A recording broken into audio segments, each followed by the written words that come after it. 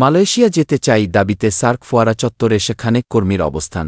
বিস্তারিত জানতে ভিডিওটির শেষ পর্যন্ত দেখুন। মোদের দাবি একটাই, মালয়েশিয়া যেতে চাই, প্রধান উপদেষ্টার সাক্ষাৎ চাই, মালয়েশিয়া যেতে চাই, এমন স্লোগান দিয়ে রাস্তায় অবস্থান নিয়েছেন মালয়েশিয়া যেতে না পারা সেখানেক কর্মী। কারওয়ান বাজার মোড়ের সার্ক ফোয়ারা চত্বরে অবস্থান নিয়েছেন তারা।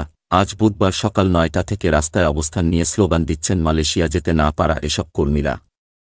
সরকারের পক্ষ থেকে কোনো একজন উপদেষ্টা এসে স্পষ্ট আশ্বাস না দিলে রাস্তা ছাড়বেন না বলে ঘোষণা দিয়েছেন তারা। কেউ কেউ এসেছেন কাফনের কাপড় পরে। এভাবে রাস্তা আটকে দেওয়ার জন্য যান চলাচলে বিঘ্ন ঘটে, যানজট শুরু হয়ে যায়। বেলা ১টার দিকে পুলিশ এসে লোকজনকে এক পাশে সরিয়ে দেয়। তারপর যান চলাচল কিছুটা স্বাভাবিক হয়। তেজগাঁও পুলিশের ডিসি মোহাম্মদ ইবনে মিজান গণমাধ্যম কর্মীদের বলেন, তারা সকাল ৯টা থেকে এখানে অবস্থান নিয়েছিলেন। আমরা আধা ঘণ্টা আগে তাদের অনুরোধ করেছিলাম তারা যেন রাস্তাটি ছেড়ে দেন। কারণ আপনারা জানেন এখানে অনেক হাসপাতাল, ক্লিনিক আছে, অনেক রোগী যাতায়াত করেন, তাদের যাতায়াতে অসুবিধা তৈরি হচ্ছিল। তারা আমাদের বলেছিলেন আলোচনা করে আমাদের জানাবেন, কিন্তু তারা আলোচনা করে সিদ্ধান্ত নিতে পারেননি।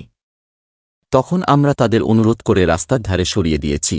2024 সালের ৩ মে পর্যন্ত সময়ের মধ্যে কলিং ভিসায় মালয়েশিয়া যেতে না পারা ৮,০০০ কর্মীর পক্ষে অনেক দিন ধরে বিভিন্ন কর্মসূচি পালন করছেন তারা। আজও খানেক কর্মী জড়ো হয়েছেন কারওয়ান বাজারে। পাশেই সকাল থেকেই সতর্ক অবস্থান নিয়েছিলেন পুলিশের সদস্যরা। অবস্থান কর্মসূচিতে যেতে না পারা কর্মীরা বলছিলেন তারা ৫ লাখ টাকা দিয়েও যেতে পারেননি। তারা অধ্যাপক মোহাম্মদ ইউনুসের সাক্ষাৎ চান। কর্মীদের একজন বলছিলেন এখন তারা ঋণ করে চলছেন, পরিবার নিয়ে খুব কষ্টের মধ্যে আছেন। তাদের এই ফেব্রুয়ারি মাসের মধ্যে মালয়েশিয়ায় যাওয়ার ব্যবস্থা করতে হবে, আর তা না হলে তারা বাঁচবেন না, তাই কাফনের কাপড় পরে এসেছেন।